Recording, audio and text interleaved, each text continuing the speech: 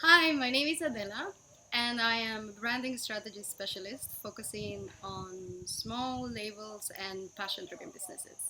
I'm going to be talking to you today about how can you change your mindset and start thinking like a business owner, especially if you are trying to turn a passion into a business. There is a few mistakes we all make, mostly because we love this thing so much, we feel it so close to our heart that we struggle changing this mindset and thinking of it like a business. I'm gonna give you 6 tips on how to start thinking like a business owner in order to grow your passion into a profession. Number one, effort management.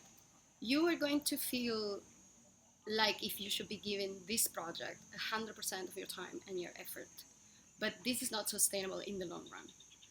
Think of it as a job. Decide how much of your time do you want this to occupy and put yourself some boundaries. Yes, if you're starting a business, it's going to require a lot of effort, it's going to require a lot of hours, but it's always good to put an end and a start to it. Also, because think about this, you're just starting. When you're starting, you have no sales, you have no customers to tend to. The amount of work that is going to require, it's going to increase.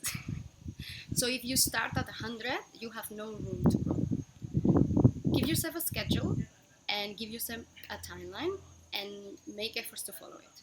Make time to rest, to see your friends, to work out, and to keep learning because you're going to need these hours. Number two, have a roadmap.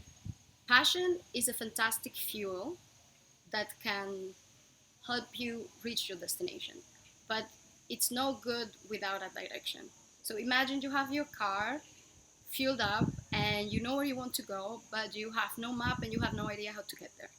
You can start driving and go one way or another, and maybe eventually you're gonna get where you want to go, but you're probably gonna lose a lot of time and a lot of money as well.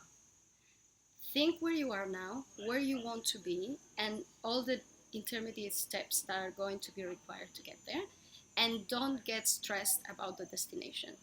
Focus on the next step, and once you've accomplished it, go to the next one. Number three, keep your eyes on the price. This is your business. Your goal is to get sales and to get profits.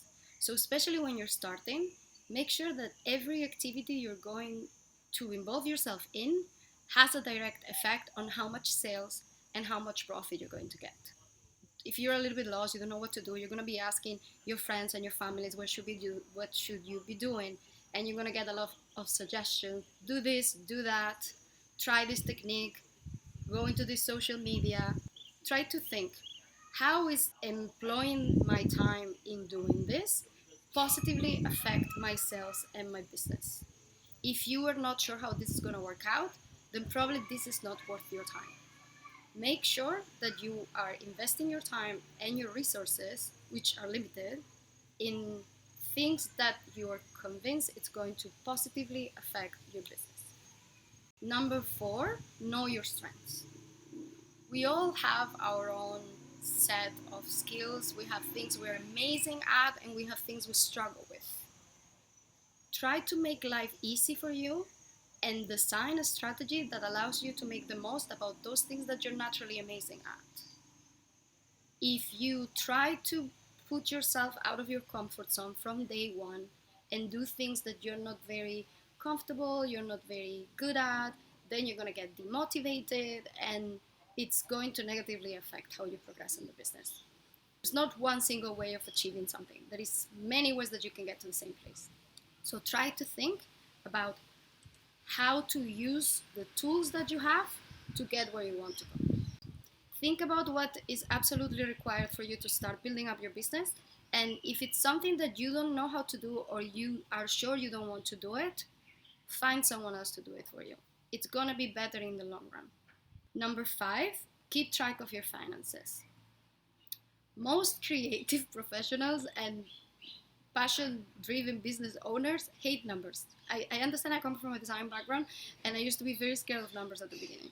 But you're gonna need to look at your numbers. You're gonna need to understand your traffic, you're gonna need to understand your sales, you're gonna need to understand your profit. So The better you start familiarizing yourself with these figures, the better it's going to be. If it looks very scary, you can go to my website, and in the free materials section, there is a profit tracker that you can use. It's easier than it sounds, I promise. You just need to start little by little. Finally, number 6, understand the difference between you and your business. This is a line which is very complicated to understand, especially if you are an artist, you're a designer, you are a coach, something where it is you delivering the business, it is your knowledge or your creativity. But if you want your business to grow and evolve, eventually it's going to distance yourself from just you. You need to start understanding where does your person end and the business begin. This you need to consider in terms of time. What is the time that you're dedicating for the business and for yourself? We go back to the first point. You need to have time for you as a person to feel like who you are outside the business. In terms of expenses, is it the business that it's paying for, I don't know, your phone bill, or is it you? You need to be able to understand what goes where, so you can do a proper budgeting, so you can do a proper planning, etc., etc. It again, it's going to be complicated at the beginning, but it will just come with practice.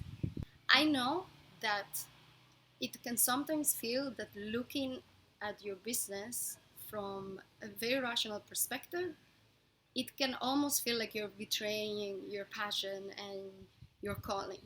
But it's really something that you're gonna have to learn to live with. It's the only way that you can grow in a stable and sustainable way, and you can actually bring your creativity, bring your skills to more and more and more people. And you can actually turn your passion into a profession and live from it. You need to think that the business part is not compromising or changing your business, it's just going to sustain like the foundations of the house.